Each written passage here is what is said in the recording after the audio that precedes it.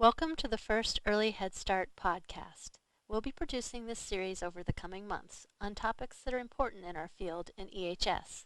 We hope the podcasts will be easy for you to access and share with the teams at your programs, as well as families, community members, and anyone else you think might be interested. Look for us to post a new podcast towards the end of each month. This series is called Caring Connections, and this segment focuses on you, the important role that all of you, particularly people working directly with families, babies, and young children, have on the growth and development of children in early Head Start care. The relationships you build with those you reach through your EHS work are essential to building high-quality care, and that's what we're all working on together, creating loving, safe, enriched early migrant and AIAN Head Start environments. You build those relationships as you're going through the routines of your days or time with the children in your care. Eating, exploring, changing diapers, talking, or sharing things in care environments, families' homes, or anywhere else in your communities that you're working. Let's listen to Tammy Mann, formerly the Deputy Director of 0 to 3, as she reminds us of the central role those working in direct service, that's you, play in building a strong base for infants and young children.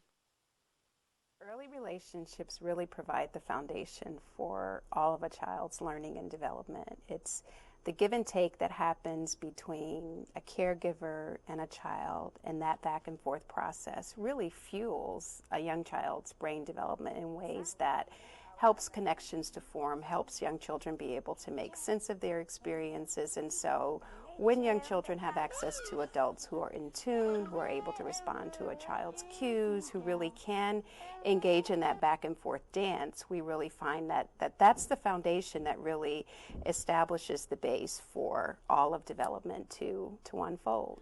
I think the idea of really trying to be observant. I mean, even though infants are not able to speak to us and help us verbally understand what their needs are and how they're reacting to experiences that are happening around them, when you have a caregiver who is able to really tune in and be attentive to, gee, this child seems to be turning away as I'm trying to engage them more. Maybe that turning away is telling me something about this might be too much for me right now. I think the process of being able to really make sure that give and take, that dance is really being responsive to the child's needs requires some real emotional engagement on the part of the adult to look for the way the child is relating through nonverbal cues, maybe through gaze aversion, maybe through smiling, suggesting that this is really enjoyable,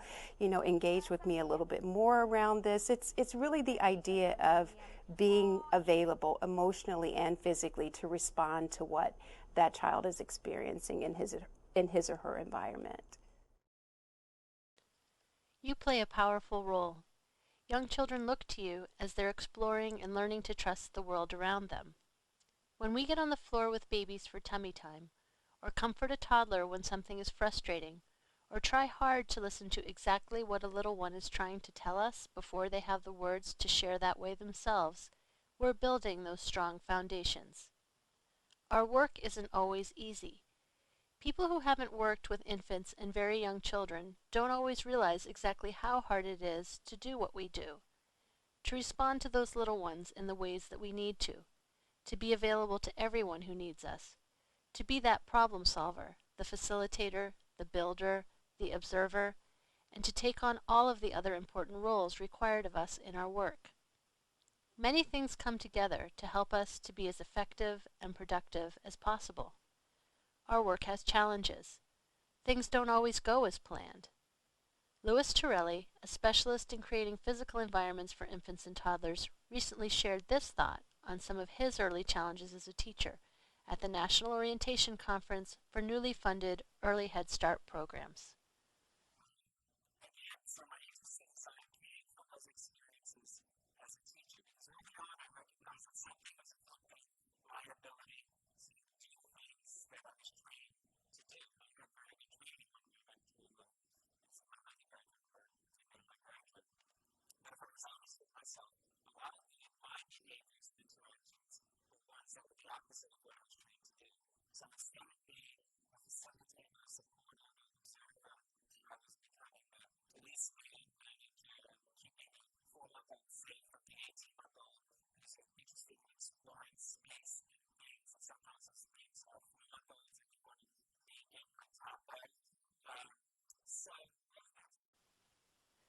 The spaces we create, the things we do, the ways we interact are so important in the services we provide in both center and home-based environments.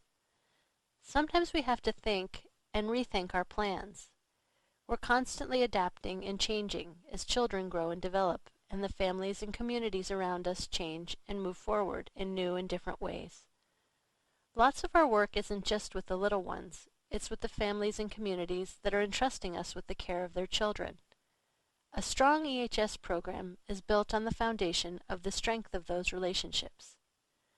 Let's listen to Akua Kuyata from the Wolf Trap Center for Early Learning Through the Arts.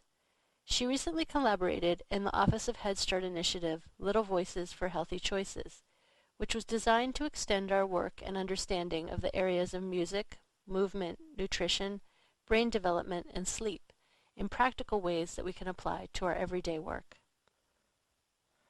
The primary source and the primary teacher actually for children are the parents and their families, their communities.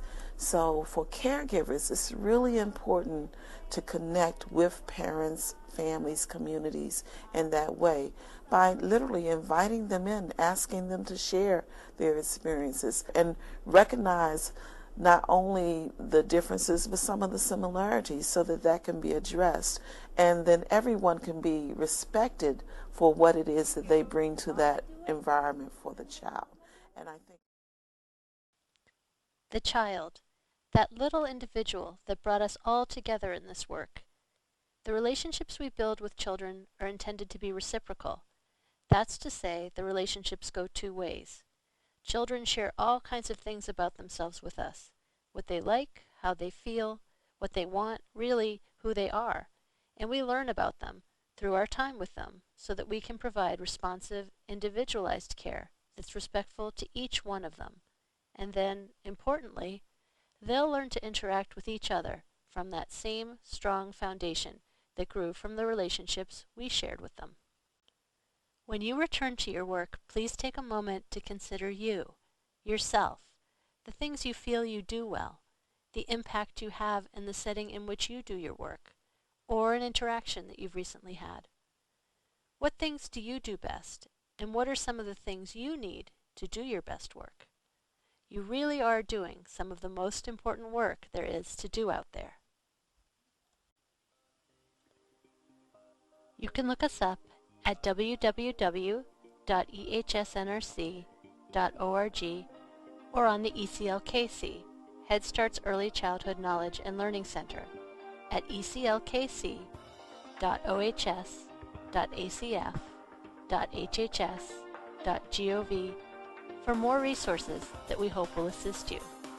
And please see the info sheet that accompanies this podcast for information regarding relevant Head Start standards and resources that relate directly to today's topic. Signing off until next time, this is Laura Annunziata at the Early Head Start National Resource Center, wishing you all the best in your work.